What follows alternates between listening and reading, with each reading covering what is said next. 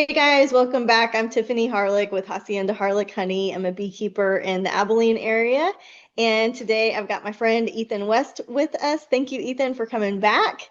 Ethan is a beekeeper. He's been keeping bees since he was 9 or 10 years old. So he is a senior to me, even though he's much younger than I am. And he is in the Fredericksburg area. He manages a little more than 300 colonies. Um, Ethan is somebody that I love to rely on and ask questions to throughout the year. He's super wise when it comes to listening to the natural rhythms of the bees and the nature signs. And so that's why I wanted him to come on and share with us some of his wisdom so that we could keep it and watch it throughout the year. One reason that we're talking right now is that we want to talk about the winter solstice and what that means for beekeepers. So the winter solstice is the shortest day of the year. It marks the return to light. That means the light is increasing. That means the days are getting longer, even though we're in the middle of our winter. It's not the temperatures that matter as much as the amount of light. And so these little insects that are trying to tune up, when do we make brood? When do we go dormant? When are we expanding? When are we contracting? They're doing that based on the length of light, which is called a photoperiod. And what I learned is that bees are not as sensitive to this photoperiod as some of the other beetles, ladybugs, monarch butterflies. And so I thought that was interesting. But the December 21st is usually when solstice is, or around solstice time is December 21st. We have that in winter, and then we have it again in summer. So summer marks the longest day of the year, summer solstice does, and that will mean that the days are getting shorter. So in the middle of summer, when we're hot and going to the pool and having watermelon at the back of the truck, the bees are busy preparing for winter's coming, right? So what I would love to hear from you, Ethan, is just some of the signs and signals and your experience with this kind of Beekeepers New Year, and just get the conversation started. Yeah. So, let me just say this. I started paying attention to nature signs a lot closer, probably in the last 7 or 8 years, um, as opposed to looking at what the internet says you should be doing for what month. And what's Yes. fascinating about nature is we have our watch that tells us, oh, this is what's supposed to be happening. And what's funny is nature is usually 2 weeks early or 2 weeks off. And what's funny is the bees are hyper focused into that, right? They know what time it is. And then we're kind of like the blockheads trying to figure out, okay, well, what's your schedule, right? And there's a lot of signs that I started picking up on. And some of them are hyper local to me. Mhm. And the reason I mention this topic is not all these signs are going to slide over to everybody in Texas, right? But it's something that you don't even know you're supposed to be looking for when you start keeping bees, Right. right? Like Yeah. you just don't think about it. You're paying attention to what's happening online. And here Mhm. in Texas, spring is a month apart if you're on the coast of Texas or if you're in Mason, Texas. And it's not Right. the same as Mason as it is North Texas, right? We're doing something that's very hyper local. And that is how beekeeping is kind of similar to gardening, Mhm. because just because they're doing it over there doesn't mean it works here, right? Right. So to rewind a little bit, like some of the signs that I use, I'll kind of start in fall. There's a bird called, let me pause for 1 second and tell a very short story. Oh, come on. We love it. There's a fella I know over in Mason who's a avid bird watcher. And this is what kind of got me thinking about nature signs in my beekeeping. He likes painted buntings, right? Which is a famous bird in Texas. It's multicolored, very pretty, and people are watching for the day they show up to wherever you are, whatever area, right? They're very pretty. This fella had 9 years of first days on his phone when he would see a painted bunting. Wow. Okay. And what's interesting is between 9 years, the days were only about 9 days apart. Okay. Right. Bird, multiple generations of birds are showing up in about a week in 2 days, Yeah. right? That is very good timing for a bird with the brain the size of a peanut, or Right. even that, a pea, A right? P. And How does that? it eases my mind too about how, is it a long winter? Is it a hot winter? Is it a wet winter? Is it a cold winter? Oh, well, the bunting flew this week every year, no matter what the fluctuations. And we always have a leap year, every 4 years, Right. and so our calendar is not tuned into them. And if you think about it, they got to show up when whatever food source has bloomed and it's ready. Not for birds particularly, but like seed and things that they need to survive. And they have to have that timing right, Hmm. right? If they show up too early, maybe they'll starve, right? Hmm. And so that's why I pay a lot of attention to birds in particular, because they're a little bit easy. Most of the time, the birds we have, they're pretty common in other areas. So, like, if I'm talking to somebody in Kerrville and I can't give them a date, but I can tell them, hey, when this bird shows up, this happens. Hmm. It slides over a lot more than these tiny little signs I'm watching, right? It's something somebody can actually pick up and use. So the first bird, when I know fall is here, which is tricky in Texas because we have 80-degree falls. Hmm.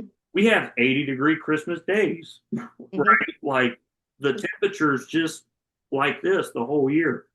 The first bird is a bird called a meadowlark, right? Hmm. And you'll see them in fields, specifically like hay fields in the hundreds, right? You'll see groups of 50, 60. And what's funny is in fall, you'll be driving around and we have hay fields here at the ranch. And it'll be one day you'll look out there and there'll be hundreds, right? It's like a light switch where boom is turned on.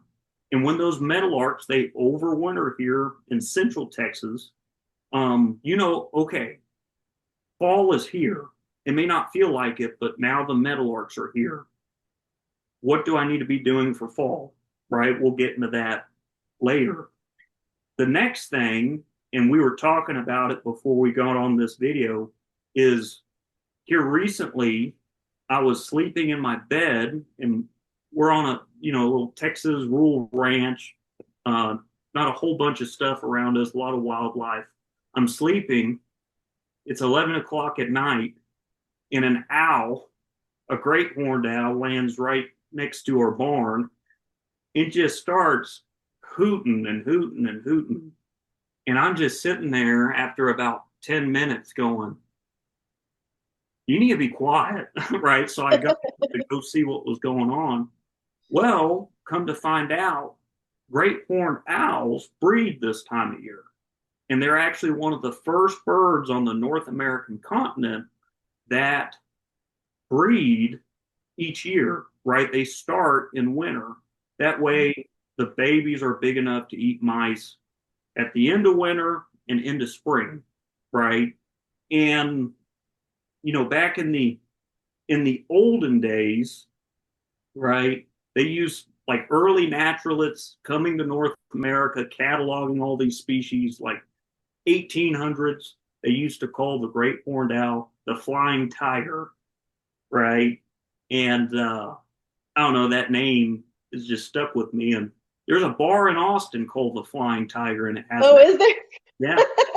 Um, and now I get it, right? Yeah. And so if you start noticing a bunch of great horned owls hooting a bunch, winter solstice is probably pretty close. And ironically, that was like a day or two ago. And tomorrow, this is December 20th. Tomorrow's the 21st. It is solstice, which those birds, those owls, probably detect however the light is, and they're going, okay, it's time. And they're pulling up flowers, the flower bouquet, and the chocolates, trying to find honeys. You know, Yep. um, the next sign I'm looking for is basically kickoff, right? And people think with your bloom schedule, it just turns on all of a sudden, and that's not the case. Hmm. It is Christmas, right? Hmm. The first thing I'm looking for after Christmas is mistletoe. Yes. Mistletoe, right? And there's like 1,200 different species of mistletoe.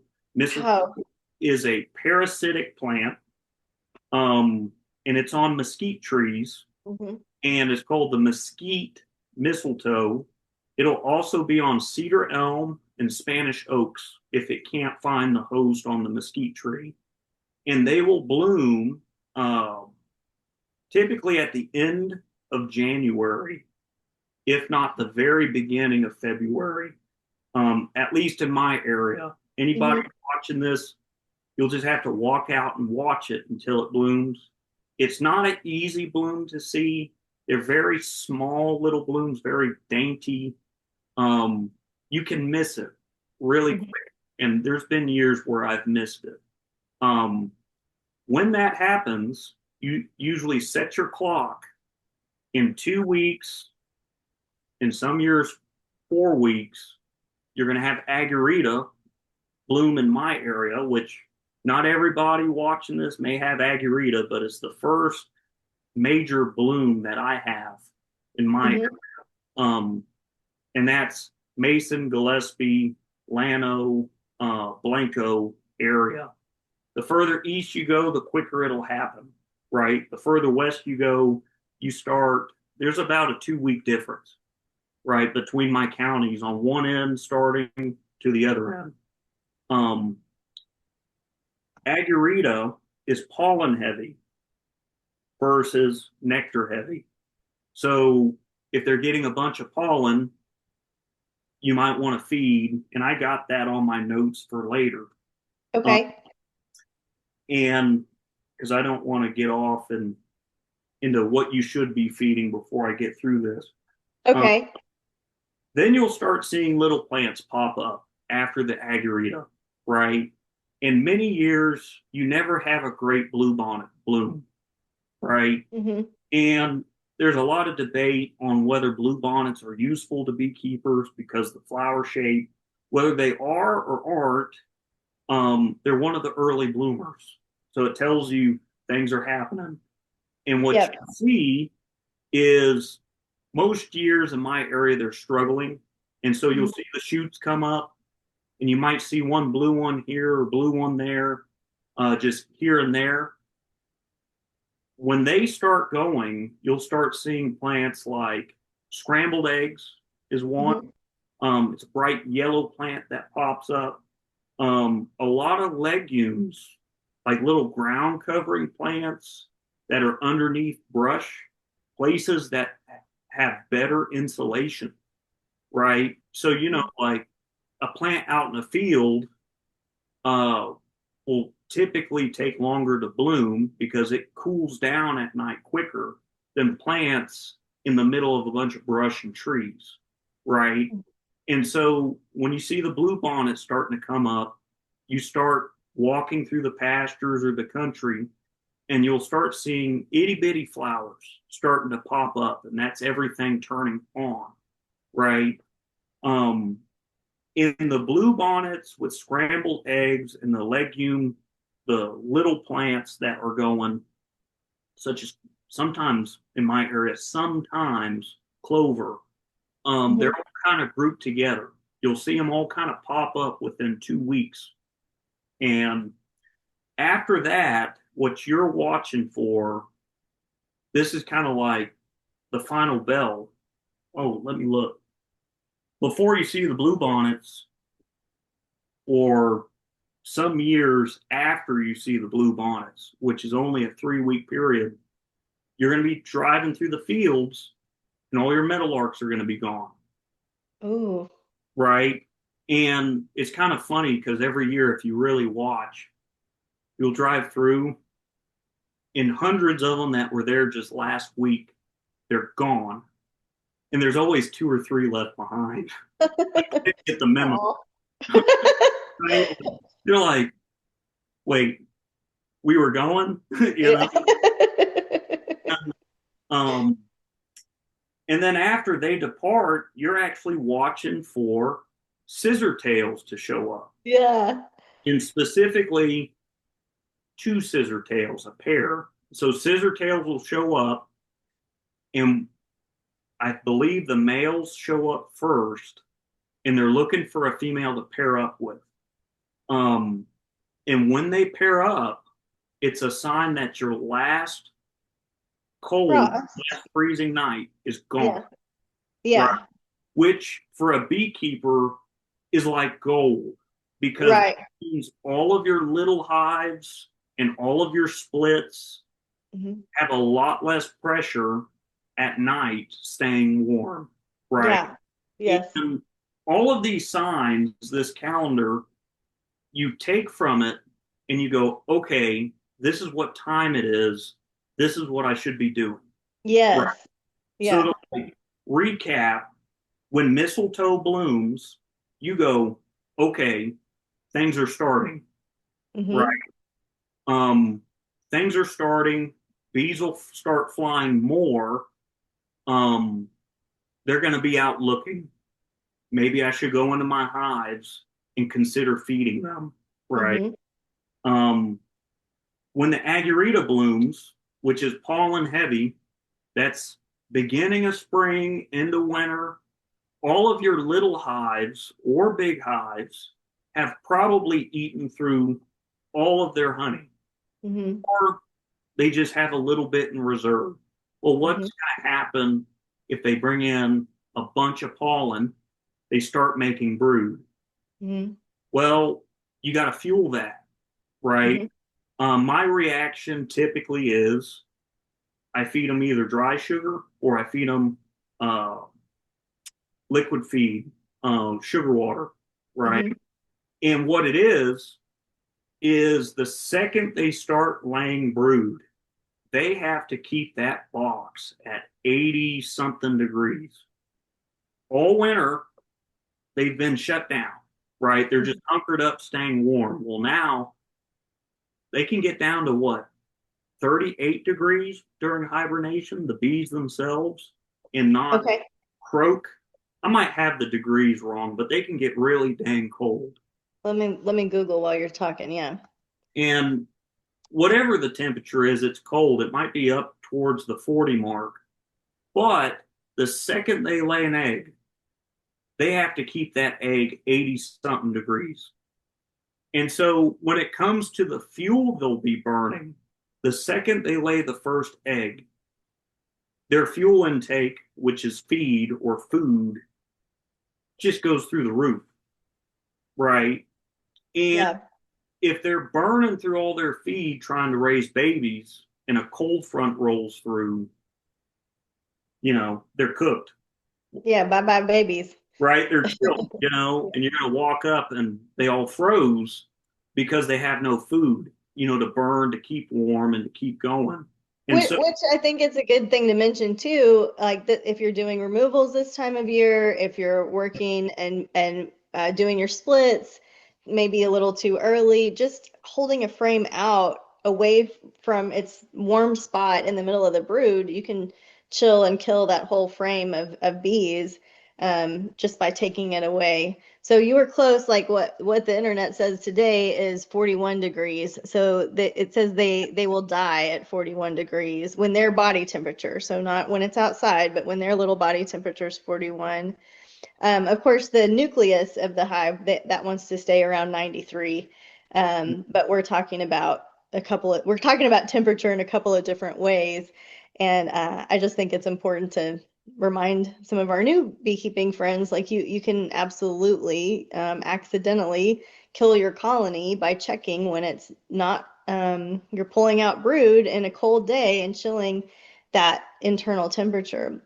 So, and before we move from this subject, I wanted to have you teach a little bit about, do bees sleep all winter? Do they hibernate? What is torpor? What are they doing in there this time of year? Like right now, we're talking about winter solstice, and so this moment, they're all still bundled up, or are they? In our area, like you mentioned earlier, it's 80 today. So Yeah. one of my friends has bought a pig, and she didn't plan on buying a pig when we moved bees on her property last May, but she's got one now, and all the bees, it's 80 degrees. They're not in torpor, they're not hunkered down. They're out flying looking for protein, looking for pollen. Well, they're seeing mistletoe, but the mistletoe isn't blooming. So they go right to the pig feed and they're collecting, proteins and sugars off of that feed and really annoying the little piggy. So everything that you're teaching, I just want to kind of reiterate to our listeners that there's going to be variations year by year, and knowing your averages and your standards and being able to talk to a beekeeper like Ethan who's paying attention to the weather and the signs year after year is what gives us this average and the right nature signs to watch and this baseline, so we know what's kind of normal and when to start helping or working with the colonies to manipulate in a positive way for your spring. So to me, this is like beekeeping gold. This is not what's in the books. This is not what's out there in the science papers. This is somebody in the field looking at nature, informing exactly what nature's already doing. And so, anyways, I just love this conversation. So let me lead you back into this. What are the bees doing, or should they be doing during winter solstice right now? What do they sleep? What are they? Do they hibernate? These are questions people ask. Every day Yeah. is right because, as you know, this time of year, we hit the 80s between cold fronts, right? Yep. And so we have a cold front roll through. It'll be dormant for 2 or 3 days. And assuming there's not another cold front, the afternoon temperatures climb, Hmm. especially when there's not cloud cover. Believe it or not, light cloud cover will insulate a temperature. Um, so if you have cloud cover and it's 40 degrees, the next day, if you got cloud cover, it'll stay about the same, amount. When it turns blue sky, the temperature rises. And basically, whenever it gets about 55 degrees, the bees are coming out to see what's going on. Right.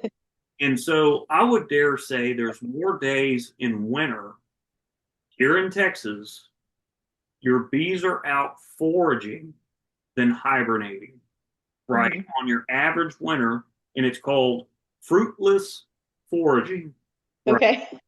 And so what happens? Like most of your beekeepers, they go, "Oh, I want to go see what they're doing because they see bees flying," right? And you got to be careful because you can get yourself into a pickle, right? Because if today's okay, you go check them, it's 80 degrees, and you have a cold front roll in tonight. You've torn everything apart and put them back together, and then your cold front comes through, right? And Mhm. so, where we're at in the year is they're going through this constant short cycle between cold fronts of coming out and then rehibernating. Um, and for Texas, we probably expend more honey and sugar water stored in the hive during winter than people who go dormant all year. Okay. Now, um, yeah, they're out there running laps and they got no snacks to keep going, right? Right. Yeah.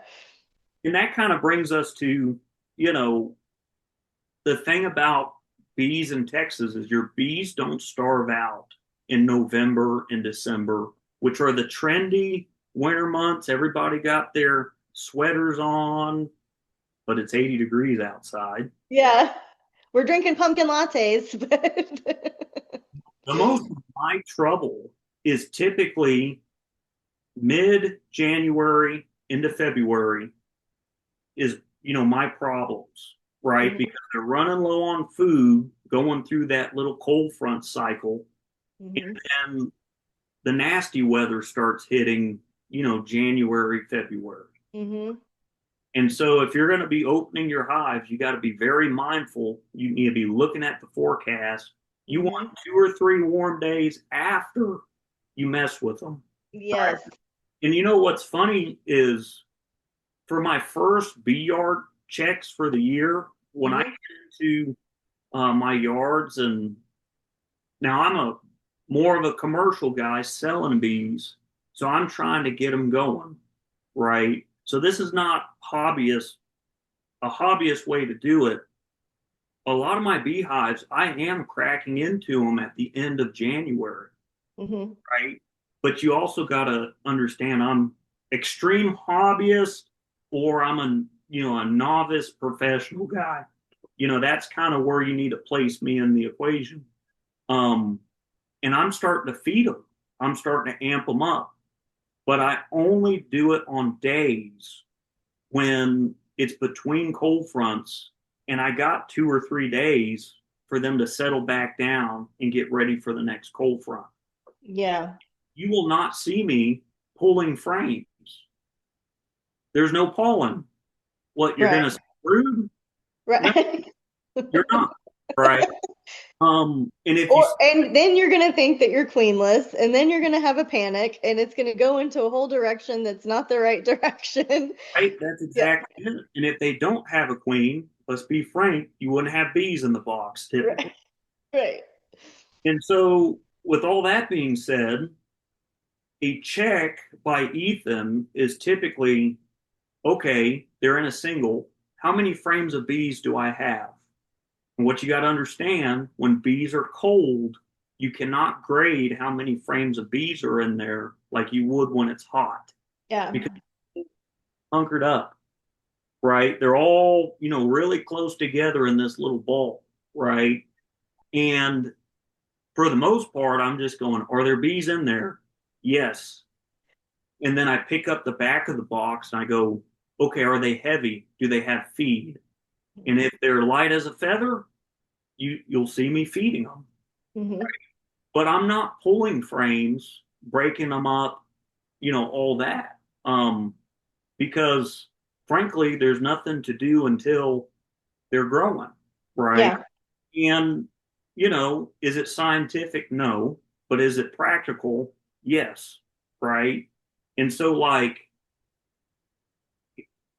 oh man, I could go off into a wormhole right now. So I'll grade hives at the beginning of fall and I'll calculate when they'll starve. Okay, I know this sounds a bit, nuts, like the tin hat. Um, but if you have a single deep with 9 frames of bees and it weighs something, and if you got 9 frames of bees coming into fall, just a little beefy sucker, right? Yeah. You're probably looking at a whole box weight of something like 53, 54 pounds. Because when they quit laying brood, it's empty space. Mhm. The rest is honey, right? Mhm. Well, they will starve at the end of January at that ratio, right? Mhm. And so if there's something like 6.5, 5 frames of bees, and they weigh 60 something pounds, you won't have to feed that hive at least. Mhm. There's always the stipulation in my area, Yeah. right? You know, they'll actually be quite self-sufficient, right? And just to clarify, I think what you mean is, let's say 6 frames of bees, but then 4 frames of solid honey stores. Yeah. Okay. And so, like the weight kind of reflects the amount of honey. You know, Hmm. it's a is it a science? No, because you get good at it just by lifting the back of boxes, and you don't know until you know, right? Yeah.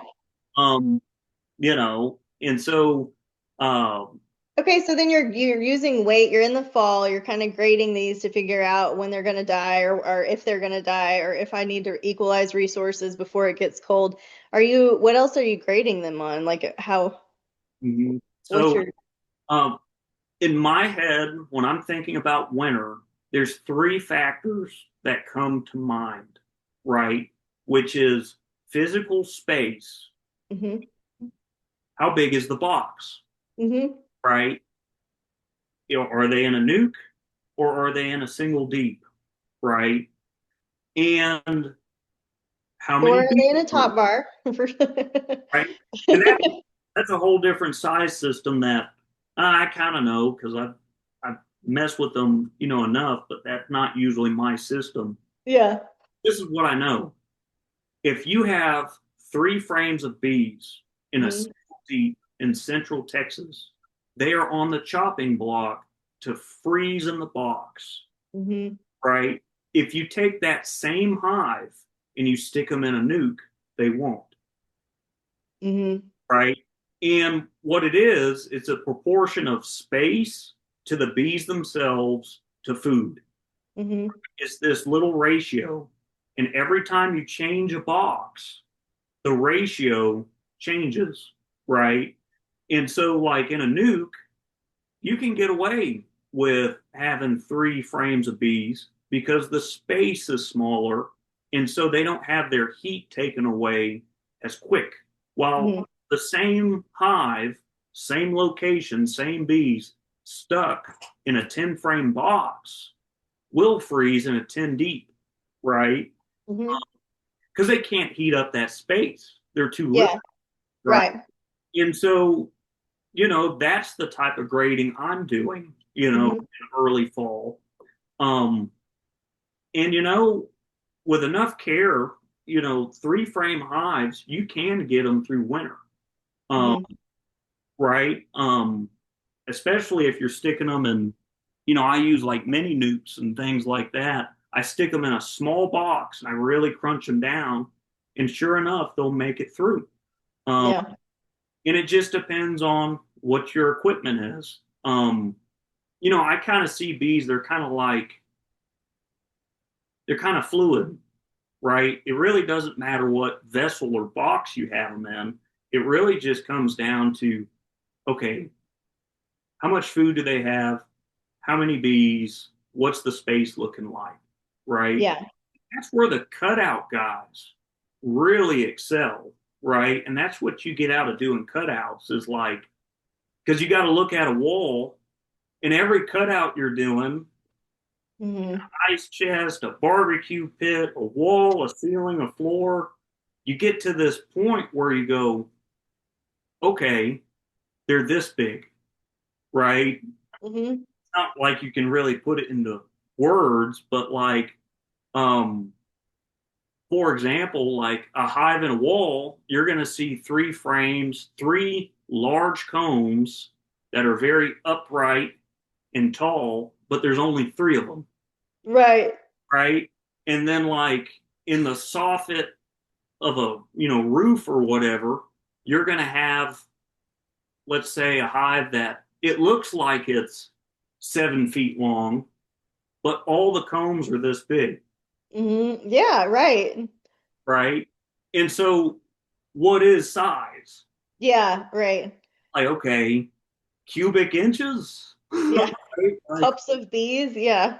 yeah, yeah. Um, and what I always tell people just to, I don't know, mess with them at bee meetings, I oh, they're in a super. And I'll go, oh, you mean a nuke? They'll look at me like, this guy's losing it. But if you think about it, five deep frames is kind of the same as 10 medium frames. hmm And I overwinter hives and supers, and they do quite well. Um, but you got to have them full, right? hmm Can't be a teeny weeny little super, right? It hmm has to be super. Right. Right. Um, but yeah, um, as for things people should be doing, like right now, winter solstice is Mhm. equipment, right? Mm-hmm. So the bigger you are, the earlier you have to start on your equipment, right? Mm-hmm. And so, like, I'm doing the list today because I get off topic really quick. Um, so like obviously for your common equipment, you're going to want tops and bottoms, boxes, frames, and foundation, right? And depending on your size and what your operation is looking like, you're going to have to plan for these figures to be bigger or smaller. Because Right. let's be real, it's a lot nicer to have all your boxes ready to go to where all you got to do is do beekeeping instead of making 20 boxes at night. Right. If, am I going to swarm out, in the next 3 days? Fret. Mm-hmm. Um, and so, like, for tops and bottoms, and these figures are more like somebody who has, like, let's say 10, Mm-hmm. 10 colonies, right? You're going to want a pair, a top and bottom, probably for a third of whatever your hive count is, right? So if Mm-hmm. you have 10 colonies, let's make it easy because Ethan's not good at math. Let's say you have 9 colonies. Okay. You're going to want 6 tops and bottoms, right? And they're just sitting somewhere. You just got them ready to go. For boxes, let's just say you have 9 good colonies, right? Mm-hmm. You want an extra box for every hive, Mm-hmm. right? And so what that's going to allow you to do is with your bottoms, you can either make a split with that hive or Mm-hmm. stack a box on them, maybe make some honey, right? Yep. And this is just the stuff to have in your shed ready to go, you know. Frames, people are going to laugh. I like to keep 50 to 70% of whatever active frames I have, right? Okay. Now, the reason I do that is because I sell bees. So those Mm-hmm. 5 pretty frames I made, I end up selling them. I don't want to sell them, but they're no longer in my operation. Right? Mm-hmm. So then I have to cough up 5 frames, right? Um, and so you might have to adjust your frames if you sell bees, and anybody selling bees already knows all this, right? Um, and for foundation, I kind of put a special note on here. I might save somebody a lot of heartache here. Um, I am freaking picky about foundation, right? Mm-hmm. And picky not as in, oh, I need to be using plastic, or I need to be using sheets of wax, or it needs to be this or that. Honestly, I really don't care what type of foundation it is. But you got to worry about what matters, right? So for people making frames and boxes right now, don't leave your frames out in the open air where bees can get to them right now, right? Because the bees will strip the wax off, right? Right. Yeah. They, they have nothing to do. They're going to fly into your bee shed or whatever the heck you keep your bee equipment in, and they're going to strip everything. And, you know, you're in a hurry, you're not paying attention, you're going to take that box that has no wax on its frames and you're going to walk up to your beautiful spring hive. It's going to save the world. You stick this box on there, and one of two things is going to happen. One, you're going to have the ugliest wax built in that hive because they'll build it in patches, right? And Mm-hmm. that's when they've only eaten out patches of wax off those frames. They'll only build where the wax is. If they stripped it well enough, you'll walk up to a hive that'll swarm on you. Mm-hmm. Don't even go to the top box, right? And Yeah. right? And you'll be sitting there going, well, what the heck? I just put a new box with new frames and they just left, right? Well, what it is they didn't have any wax. It looked like there was wax on the frames, but it's not there, you know? Picked over, yeah.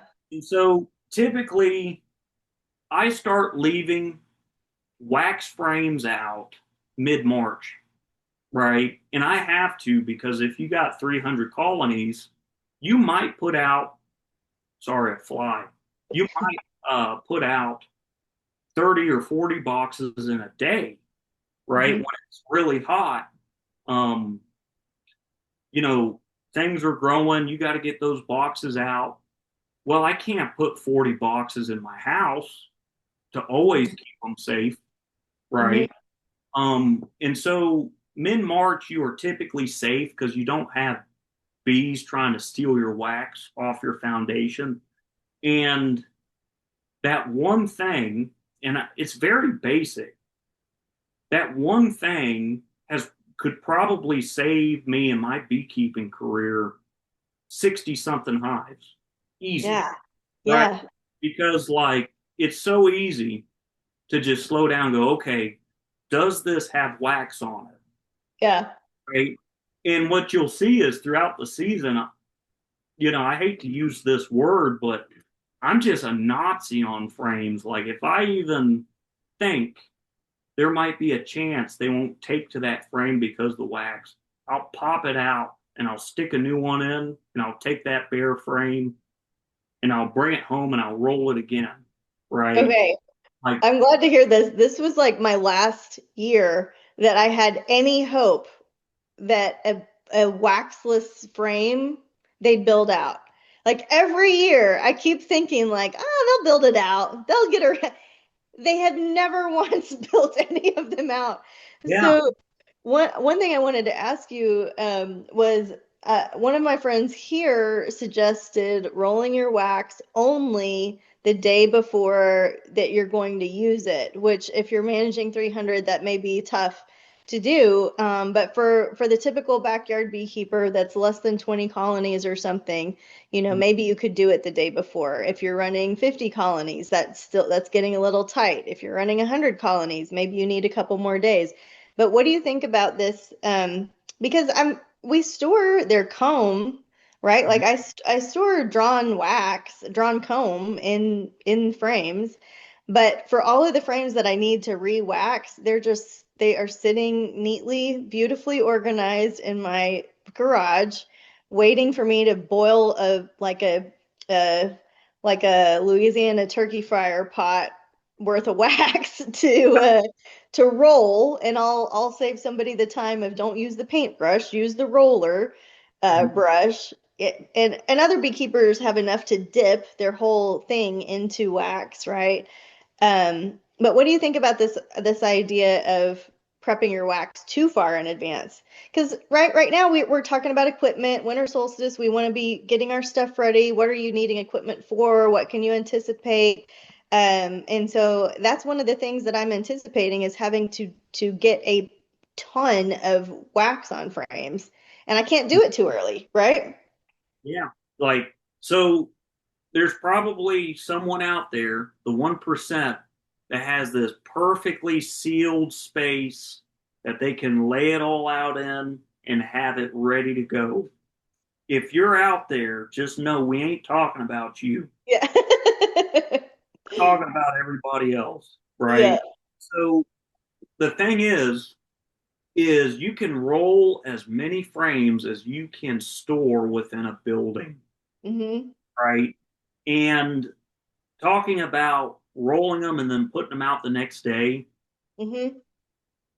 that is like crack to bees. Okay. Hmm.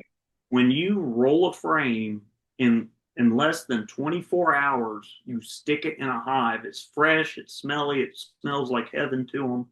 That is Hmm. that is it's hard to beat, Hmm. right? Now, if you got a lot of boxes to do, um, I have oftentimes rolled up 20 or 30 boxes, and within 2 or 3 weeks, they go out, right? Mhm. And so now if something, and you're going to laugh, I got foundation out in my bee shed that is 20 years old, Mhm. right? Who knows if it's good or not? There's still wax on it, right? Mhm. I'm going to try it. We're going to see. But when the wax becomes hard and the less smelly and malleable, because that's what people forget, they sweat the wax and they form it around their head, and they build it up and they make, pretty comb and all that. Mhm. So, um, as long as it's not old, dried up wax, you shouldn't have an issue. And for me, being the prude that I am, if I come across a frame where I'm like, I have any doubt in my head, I pull it and I just roll it again. Like I don't Yeah. first layer of wax off. I just hit it again. Yep. I don't know. People who are mechanics, so they have this expression, oh, I threw the parts cannon at it, where they Mhm. don't know what's wrong, right? But they just throw parts into what they think everything could be wrong and it works, right? Yeah. That's the thing with my wax, right? I go, this has been in the back of my truck for 2 days. No, I'm not going to use it, right? And I'll grab it. And especially um, for beekeepers that are on the go, like they're going places to keep bees, Mhm. especially in midsummer, beware of black frames Mhm. because in the sun, they will It shed will their, melt. Yes. they get all bent up and gross, Yes. you know? And so just, be aware that's a thing. And so for me, my first major frame replacement operation each year is typically, I'm thinking of a date, probably around February 25th to like March 5th, right? So Okay. this is where the frame Nazi thing comes into play, right? Every single frame in my operation that is half filled, or it was a brand new frame during fall, stuck in a hive, gets pulled out, and a new, freshly rolled frame goes in its place, Mhm. right? Because if they only half fill it out, we go through winter, everything that isn't drawn wax on that half drawn frame has been eaten off, Mhm. right? They will not build on it, at least how you want them, right? Right. Right. Right. Like they will not continue their work because there's no wax there to continue on. Because Mhm. to them, when there's not wax on that plastic, it's a wall. It's Mhm. just the same as the side of their box. Right. Do not perceive it as space, Right. right? And so if all your frames dry up, well, guess what? Um, basically, it's like taking a hive and sticking a really full hive into a tiny little box. Mhm. Don't wax it. That's how I view it. Um, Mhm. and what's ironic is all those frames without wax on them, all those new plastic foundation frames with no wax, are worse than popping the frame out and just sticking empty space in there, right? If you want to keep your bees. Now, they may not build pretty Yeah. spaces, but just to get the concept of what we're saying, they don't recognize it as space. And when I started cutting bees out of people's houses, and that was from the zero hive count up to about 25, there was Mhm. a year or two where I had a beautiful hive. I stuck a super on it. They filled out, and this is when I recognized it. They filled out 1.5 frames in it, Mhm. and then they swarmed. What Mhm. it was is I pulled out 2 old frames, and this was like now like 10 something years ago. and I stuck two new frames in it from another box. And so there's a lesson there. It's like, okay, they recognize the man, I got a fly that's on me. We can't see it, so you just look like you're dancing. Talking about bees, right? Um, but what it was is that all the frames with no wax are not perceived space by bees. They're obstacles. In the two frames I place in there with wax is recognized space, Mm-hmm. right? And recognized space is a strange thing in beekeeping because they play by their rules, not ours, Right. right? And honestly, you just got to go out there and fail until you figure it out, right? You Yeah. know, like you Right.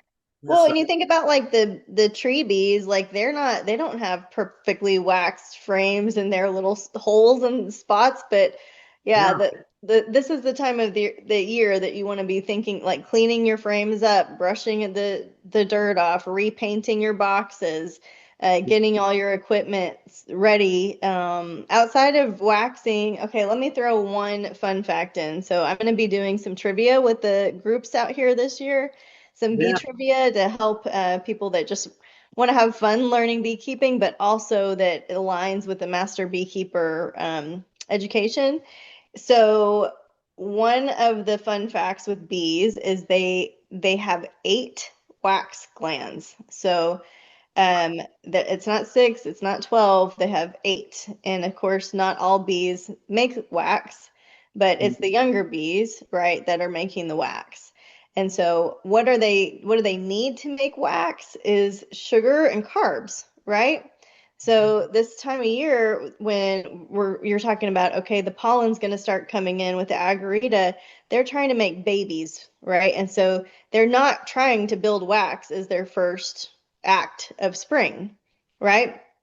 yeah. Um, so I thought that would be a fun fact for some of you guys. Okay, so let's get back into the alignment of solstice. I love the nature signs you started out with. So we're looking at birds and we're looking at plants. One thing that I know somebody's going to say that we didn't mention are the little flowers, the dandelions that come out early spring, January, February. This Yeah, year I was got my list. you got your list. Okay, this year I thought it was an interesting year. So we're recording this at the end of 2025, and we had dandelions every month all year this year. Um, but they are some of the first producers and making dandelion honey. Now, I love the herbalist side of this talk too, because as you're working with the herbs, you know, the bees are pollinating the herbs in your land. And so forgive the hippie side of me for falling out here, but the bees will and nature will bring an abundance of what you need. So if you are serving a community or a family or your own physical health, spiritual health, we have an abundance of plantain and yarrow, and it waxes and wanes. But whatever nature is making, it's all medicinal. It can also be used for beauty purposes, which is a separate topic. But the dandelion, as it comes out in early spring, you can use the whole plant. You can use the root, you can dry the root, you can make tea from the root. It helps flush things out for you. It helps, it's a detox, right? You can eat this, hello, not the stems, the leaves. The leaves you can just rinse off and throw in your salad and use it as an herbal supplement to your salad. It's very bitter, but it's very good. And I have a friend that was, I don't know, she just really likes dandelion salads, but her husband uses the great outdoors as his baño. So you have to get the dandelion that's far away from the house so that the dogs and the guys aren't peeing on your dandelion, right? But the flower itself, like it's really neat to see what the bees will pollinate in your area and then work with them um, in a medicinal way. So you wouldn't want to harvest all of the dandelion when they're just now getting out, you know, for the bees. You wouldn't want to mow all of the dandelion or the henbit or the other little flowers that are out, the first flowers. But you can work with them if you're using just a portion of them, right? So, Yeah. I know this.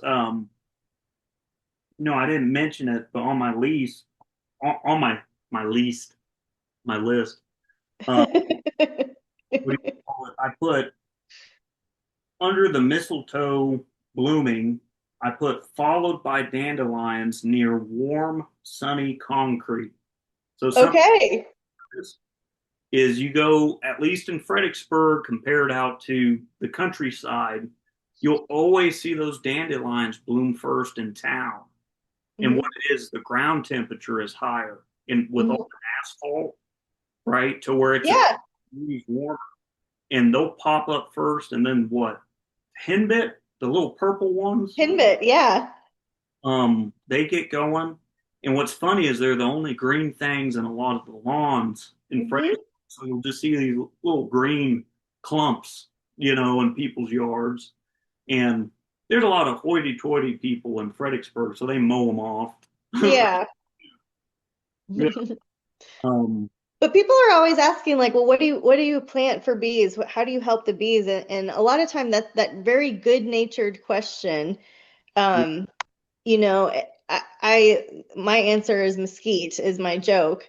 But yeah, as you can see from this talk that Ethan's giving us, it's not necessarily like a store-bought flower, right? Like we're talking about the bees need more than an urban environment to thrive in. So, these early bloomers are really indicative of, are we going to have a spring? Are we going to have life? Are we going to have food system? Are we going to have the regenerative agriculture in your area? Is the soil going to be developed and ready to be pollinated? you yeah, know. So okay, so you got dandelion, you got henbit. We're still probably January, February for those, maybe March if we're having a late start.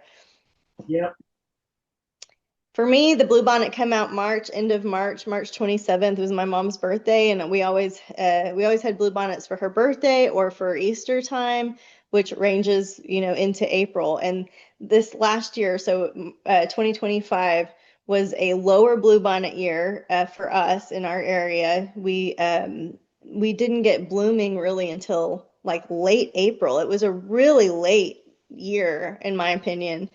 But once our blue bonnet hit, then it goes by color. So all of the yellows will come, and then all of the whites will come, and then all of the reds will come, right? We have a lot of Gaillardia in our area. And it's that to me that my first year of beekeeping was fascinating because we had wildflowers and then yeah, we had wildflowers, right? So when people talk about wildflower honey, you can really expand like just the taste of your honey will change from jar to jar. It's hard to kind of get a good pairing down. You're creating a really unique medicine when you're working with wildflower honey like that. I didn't mean to take over the the list. No. What what would you call it? Wildflower honey. What is cool is like this double-edged sword. What's cool about it and not cool some years is you just don't know what you're gonna get, Right. you know? And like, but here's the thing, some of the most interesting honeys I've ever tasted, they're all wildflower, Hmm. like so the Kerrville Bee Club, right, which I'm the vice president of, um, we do like a honey contest each year. Um, and so people bring all their honeys. We have like honey judges there. We got Tara, uh, and man, this flies on me. And Randy Randall, um, they're actually in the master beekeeping program, and I believe they're doing honey judging. I know this, they've gotten, I think, certified as a honey judge, and they're good at it.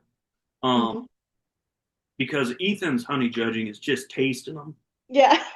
right? Right. They're there and they're looking at moisture content and all this stuff, and they're really good at it.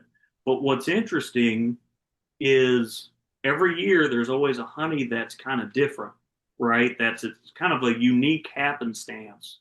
And I Hmm. remember one about 2 years ago, there was one that tasted like spearmint.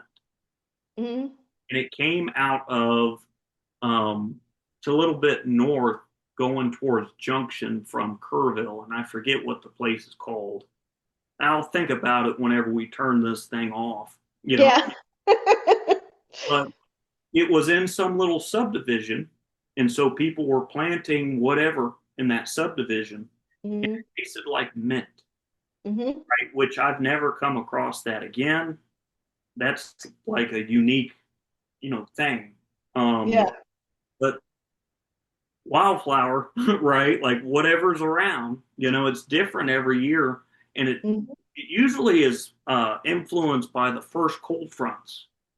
I know that sounds a bit strange, but as things start getting up and going, like I saw a year where a cold front knocked out all the blue bonds. Hmm. Just boom, it killed them. Um, and then we got fire wheels like you wouldn't believe, Hmm. right? And I think we had a snow that got those blue bonnets. Like it was like icy, whatever. I forget what year it was, but snow puts nitrogen in the ground. The nutrients the blue bonnets didn't get, the fire wheel sees. Okay. Just boom, they were all over the dang place. Um, Yeah. but yeah, it's cool. Like honey's a cool thing, right? Like They say I took all my herbalist classes from Rosemary Gladstar, and she used to talk about the bees as they are the master herbalists, they are the master gardeners, and everything about the hive is, of course, medicinal. So we're eager as beekeepers because honey, for me, like that's part of the joy of beekeeping is working with honey in a responsible way, in a sustainable way, right? So there's all this joy to look forward to in the spring, and that's to me that's what the winter solstice marks. It's a colder time of year. It's usually a little bit more drab. But what we're doing is we're getting ready to help the bees have the best spring of their life. Let's make no mistakes, they don't need our help, and often our help hurts them. Often our good help hinders them. But what we're doing at this time of year is preparing for that. And I love that you've given us so many nature signs to be watching for, looking for, listening, getting in sync with the natural rhythm in your area is going to look a little different than where Ethan and I are separately. And that's what I think I just love about these conversations is that there are people still looking, observing, living in rhythm with the natural light cycles. And anything else on your list that you wanted to go oh, over for this? I was grabbing my water. Yeah, yeah. So I got like a general advice. Okay, And so like feeding winter bees, right? So okay. on this podcast or podcasts like this, we like to go, yeah, we're the best beekeepers ever. We have no problems. Do it like me. And then like cue the advertisement with the phone number, right? And that's not how it is, right? Right. Because I still have little hives. I still have problems.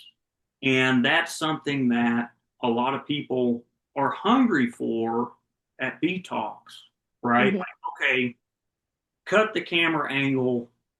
Like, if you have this situation because you messed up, what do you do? Right. Hmm. And so, one of the things is your small hives. If you have a small hive and you're going, I need to feed this sucker, right? And let's be practical. Is it the best to having to open hives during winter? Hmm. No. But if you don't feed them, the son of the guns are going to die, Right. right? Like, let's be practical here. And so I use two types of feed, right? And I do it differently. So there is a product called Pro Winter Patties, right? Hmm. It's not a pollen patty. It is a patty with a higher sugar content with a protein range of like 2%. And bees need something around 8 to 11% to rear Hmm. brood. So this is Okay. less, right? to where there's a little bit of protein in there, but not enough for them to rear brood, right? Mm-hmm. You can buy it by the bucket, Man Lake, Daydamp, whoever, Mm-hmm. and it's a sugar patty, right? And you can use AP23 is what it's commercially called, or dry sugar, right? Dry sugar is just as good, right? Mm-hmm. Um, White sugar, not organic, plain. yeah, just white sugar, right? Depending on what you got and what your resources are, I Mm-hmm. like to use dry sugar when we're still in the middle of winter, right? Mm-hmm. Where I'm going to be sticking it on them and I'm not coming back and they'll sustain on it and they'll eat it, right? Especially when I'm catching a bunch of cold fronts every 2 or 3 days or 4 days. Mm-hmm. Where it's, it seems like you'll have one warm day for every 3 or 4 colder days, right? Mm-hmm. Put dry sugar in them. They can eat on that, and it'll kind of help get them through. As we get closer to spring, I start introducing sugar water, right? And for me, I will typically feed on the heavier side, right? Mm-hmm. And so, what, like 2 parts sugar to 1 part water, right? And to keep in mind with liquid feed, if you want to feed them faster, go heavier. If you want to feed them slower, go lighter. Mm-hmm. And that's what you got to remember. Let's keep it simple to where you don't forget the whole equation, right? Well, you want to put enough feed that those bees can eat in 2 to 3 days, Mm-hmm. right? So if you got a Okay. little hive, maybe 2 frames, maybe you're talking a half pint up to, let's say, a quart, right? They may not be able to do a quart, if it's a little 2 frame hive, right? Mm-hmm. If, let's say it's a hive that's like, let's say 8 frames of bees and a single deep, they're light as a feather, they could probably do um, a quart, right? Um, and they'll have it done in like a day and a half, right? You don't want to leave sugar water in that hive, especially with inside feeders sitting there up against them during cold fronts, Mm-hmm. because it's a heat sink. It steals Right. heat, right? And Yeah. the goal is you feed them up enough to where they can use it, they can store it, in their hive, but you're not placing a weight on them to heat up during a cold front, right? And, some people have like condensation issues if you take a big old jug of water and you stick it in a box. That's what you're doing, you know. Mm-hmm. Um, and so that's how I use liquid feed during these cold times. And I'm looking Mm-hmm. at the forecast, I'm going, okay, I got 3 or 4 days of warm weather. Feed on the first day, they have 2, 3, 4 days to go through it and store it before it gets cold again, right? And so Right. racing the cold fronts. If the cold fronts are too close together, that's where dry feed is really nice, right? Mm-hmm. And what you got to understand, especially on little hives, this is what I've told some bee students in the past. Little hives grow slower, big hives grow faster, Right. right?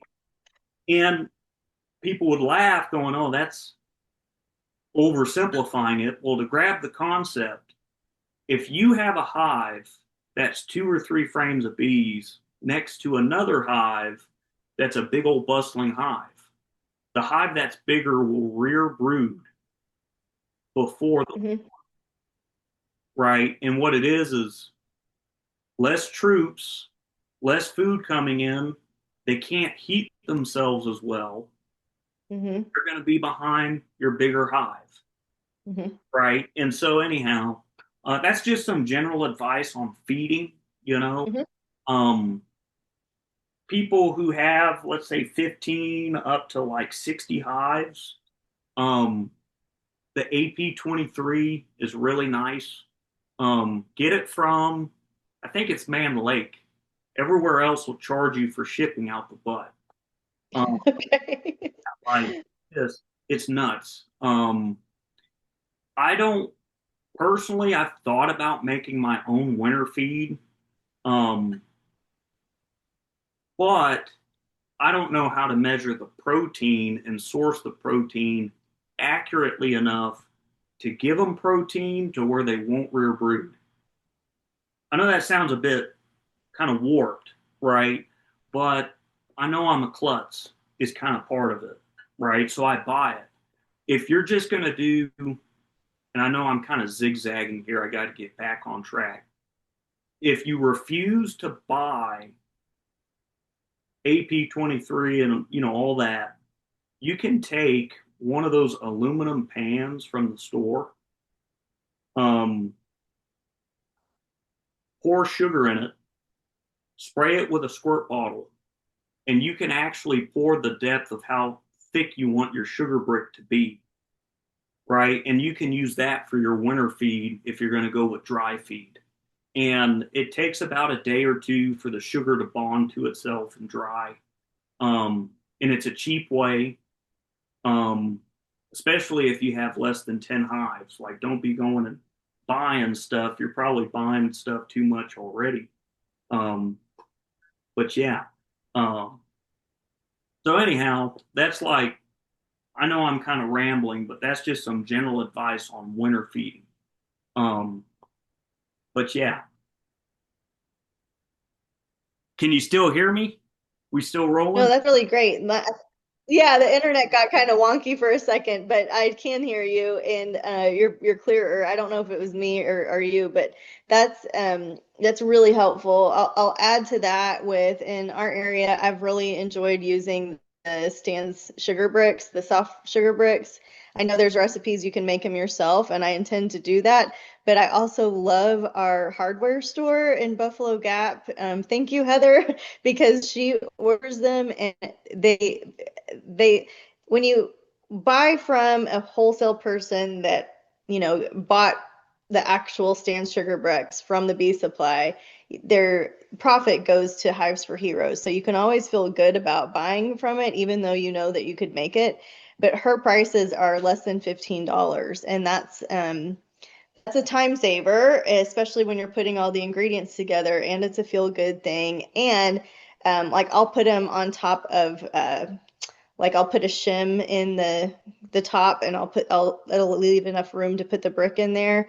And I don't put the whole brick in a colony. I'll usually break it up because I don't want to put all of it in there and just create a big sugar mess. I would much prefer to do open feeding for pollen. I typically don't need to do that in my area. We have a lot of pollen. We have a lot of variety of pollen. We have beautiful colors of pollen coming in. My bees are in pollen-rich areas, which I'm really thankful for. However, because of the pig incident I mentioned earlier, I did recently order some 15% global pollen powder. It's a dry mix that comes in a pail. And I know a lot of beekeepers will use like a PVC pipe or something to put it in to hang it up, like run a rope through it, put an end cap on it, and hang it up so that it's not just on the ground. The I would prefer to open feed pollen, or I would prefer to see new beekeepers experimenting with open feeding pollen, because once you start putting either dry pollen or pollen patties inside the hive, you're also feeding the pests, right? Everybody that wants to beef up wants to eat that fat protein, right? And so you're not just helping the bees, you're helping all of the bad guys that are in there too. And so for me, feeding outside of the hive is preferable. And I just don't need to do it that often. This year was different because I'm trying to lure the bees away from the little piggies. I don't want to have a piggy problem with the livestock. So that's Question. just me adding a little bit. You guys listen to Ethan. Yeah. Well, are they show pigs? Like the This pigs this one this one is a no, it was a show pig that didn't make the sale that my friend felt sorry for and bought it off of the kiddo. And of course now we think it needs a buddy. This it was a good problem for me to have because I see other people with this problem like the bees are on their chicken feed, the bees are on their show pig feed, the bees are on their steer feed. And it's right now in the winter they're not setting up shop, but the people that are seeing bees in the feed don't know that. They think like, oh my gosh, the bees are making a nest in there and it's we've got to call the beekeeper. And so for me, I'm like, okay, easy problem to fix. Let me just try to divert their food system. But a lot of like my friends and clients out here, they're not going to go feed their livestock every day. Their livestock's farther away from where they live, so they need to have some kind of continuous feed going. And we didn't think she was going to get any more livestock than was out there when we moved the bees on. So now I have it in my toolbox when I move bees onto a property this year. That's going to be a question that I ask. I currently ask, do you have livestock? Let's keep them 300 yards away if we can. And here's why. But now I'm going to ask, do you intend to get livestock as well? I know a couple of years ago, it seems like about this time of the year, I always get a call, someone with their show pigs and the bees are on their feed. Yeah. And, and so whenever you said it, I was like, yeah, I've been there. Yeah. Right. Got the pig call. Right. Yeah. Uh, and, it's interesting because, like, you don't ever think of this, but anything that is a plant-based protein in a powder form, they'll go after. Yeah. And I used to be a ranch hand for a guy named Joe Sagabill, and he's Mhm. actually a Texas A&M. Well, he was a professor at Texas A&M, and he had his master's in genetics and his PhD in I think animal science. Mhm. Anyhow, they got a building over there at A&M named after him. Mhm. But I worked for him, and I'd mix feed for him, Mhm. and we had about I think it was 20,000 pounds of brewer's yeast. Mhm. And this time of the year, around December, the afternoon would hit. And this is just a big pile of feed on a concrete floor that you Yeah. take and you measure out the increments and throw it into a hopper and mix it with other ingredients. And there would be thousands of bees on that pile of brewer's yeast, Yeah. right? Which is just castaway plant protein from brewing beer or whatever, right? Yeah. And so we use that for our protein content in the feed, right? And every day it was funny because it'd be 40 degrees in the morning and then it'd reach about mid morning, hit about 55 to 56 degrees, and you would see one bee fly in and on the pile. And they do this little dance because they're trying to put the feet on their legs. Eat, yeah. And then he'd leave.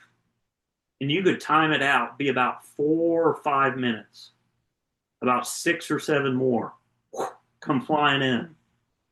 They gather up their pollen, and within about 20 minutes, there'd be a few hundred. Within 40 minutes, there'd be the thousand. And you'd have to walk in there with them all around you to scoop feed. Ugh. And they're not after you, but they're just there in the way. Yeah. And, you get stung because they'd be on a bucket handle or whatever, and you wouldn't see them. And you grab the handle and get stung or whatever. Yeah. But yeah, that's just something to keep in mind. A cheap, a very cheap, quote unquote, pollen substitute Mhm. um, is whole wheat flour. Okay. And I'm still poor, right? But when I was more poor than now, um, I would actually buy Ultra Bee, Mhm. top shelf stuff. Yeah. And then I would go to Walmart and I would buy a bunch of whole wheat flour, and I think it was Bob Mills, the Mhm. guy with the little hat, you know. Yeah. Yeah. Yeah. Um, and I would take his flour and I cut it. Hmm. Right? And so I'd end up with like a 50-50 mix. And so I'd buy one bag in those days, I think it was like 40 or $50 for a 50-pound bag, I think. Okay. And I'd stretch it out to 100 pounds. And so it's just a good trick to know. You can't use bleached flour. Um, there's no protein really in it. Um, Right. yeah, like they'll still go after it if times are tough enough. But yeah, what I will say is this: whole wheat flour by itself, if you set it out there, it's bottom of the barrel Hmm. on the hierarchy of what they like. Like, Okay. second that agarita blooms, they won't hit the whole wheat flour, Yeah. Makes right? sense. And I've kind of noticed the same thing with like chicken feed, hog feed, or whatever type of feed.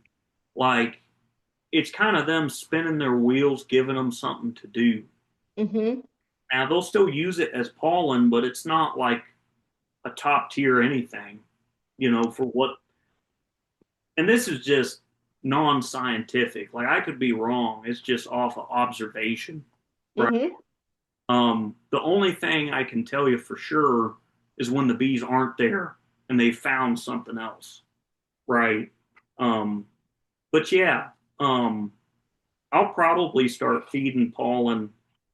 Uh, I usually slow roll them where I start putting out a little bit, not just avalanching them. Valentine's Day Hmm. is typically when I start putting stuff out, you know. Okay. Yeah. But that's just for me in Central Texas, you know. Yeah. If anybody else on here, what their schedule is. Um, Yeah.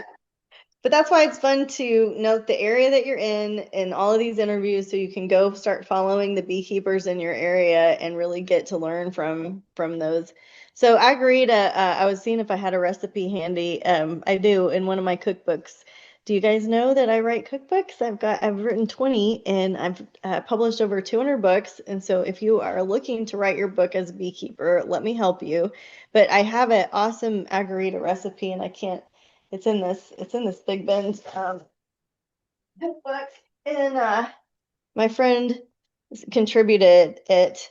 I was seeing if I had it online, and I don't. But Agarita helps with tummy, so tummy issues, and we use it in jellies, we use it in pies. You can use the roots. It's vitamin C, antimicrobial. But yeah, each of these plants that you've mentioned has a purpose, and the bees are helping that purpose be fulfilled. So it's really cool to consider the rhythms of nature, the rhythms of the sun. A lot of times we start talking about nature in terms of the lunar cycle, the new moon, the full moon. When do we plant things, especially with the biodynamic communities? When do we harvest things? If the moon is in a water sign versus a fire sign, it's better for working with watery foods like cantaloupes and watermelons versus more flowery foods like peas. There's all of these different things that you can think about with the moon in nature and planting. But what's cool about the bees is they're solar powered creatures. yeah. And so their whole life cycle is dependent on this length of day and how much time do they have to forage and figure out where the forage is and to make babies and to make honey. It's all dependent on light. So this creature that we're working with to be good stewards of, right? We're also, by being good stewards of them, we're also learning about our creator and our creator's timing.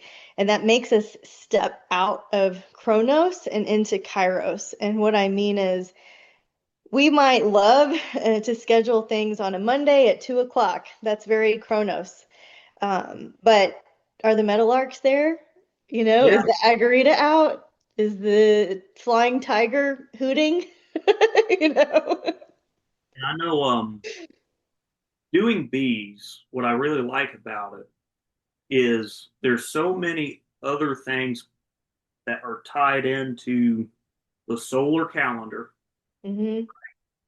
And if you want to get good at beekeeping, if you can recognize certain key points on when you need to do whatever with your beekeeping, and you can tie it to another animal, something that happens like, I know this sounds a bit strange, but there's periods between spring and summer and fall and winter, where you Hmm. walk out 1 week and the light looks different on Hmm. how it hits the landscape.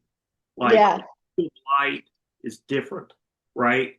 Like spring to summer, there's this point where the light becomes more white, Hmm. right? As you Hmm. landscape, and then into the fall, it becomes like a yellow, like a fiery kind of yellow.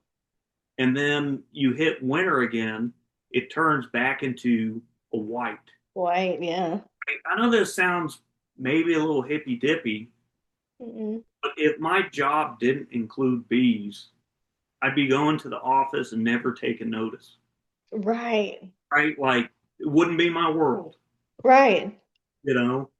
And I'll mention these signs to other people and they'll go, okay, Yeah.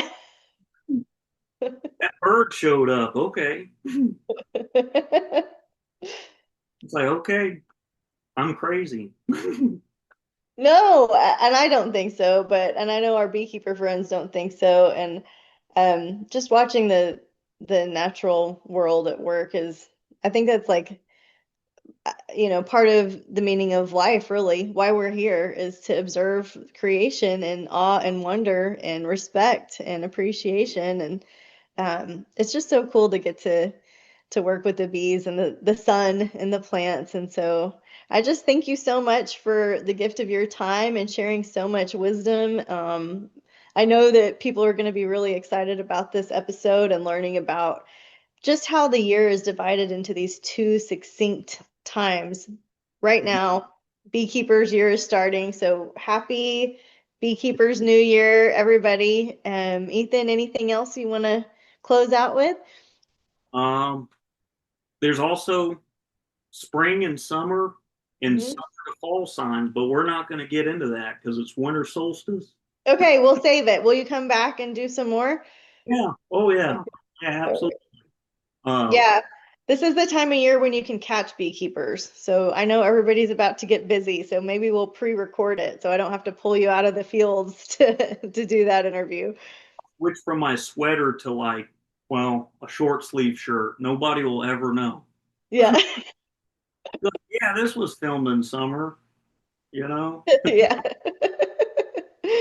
Awesome. Well, you're the best. Thank you so much. And thank you to Abby in the background for her production work with you guys today. And check out Ethan and his brother with Howdy Honey in Fredericksburg. Awesome beekeeper to learn from. If you get a chance to go work bees with him, do it. You will learn so much. I'm Tiffany with Hacienda Harlech Honey, and thanks for being here, guys. Happy Beekeepers New Year. Happy New Year.